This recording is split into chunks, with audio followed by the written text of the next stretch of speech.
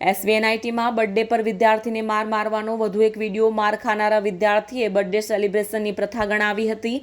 Dean એસવીએનઆઈટીનો birthday celebration પર વિદ્યાર્થીઓને પટ્ટા મારવાનો વધુ એક વિડીયો વાયરલ થયો છે, જેમાં સેકન્ડ યરનો વિદ્યાર્થી બાસ્કેટબોલના મેદાનમાં બોલ નાખવાના બાસ્કેટના થાંભલા સાથે અન્ય વિદ્યાર્થીને બાથ ભીડાવીને એક પછી એક એમ વારંવાર પટ્ટા મારી રહ્યો છે.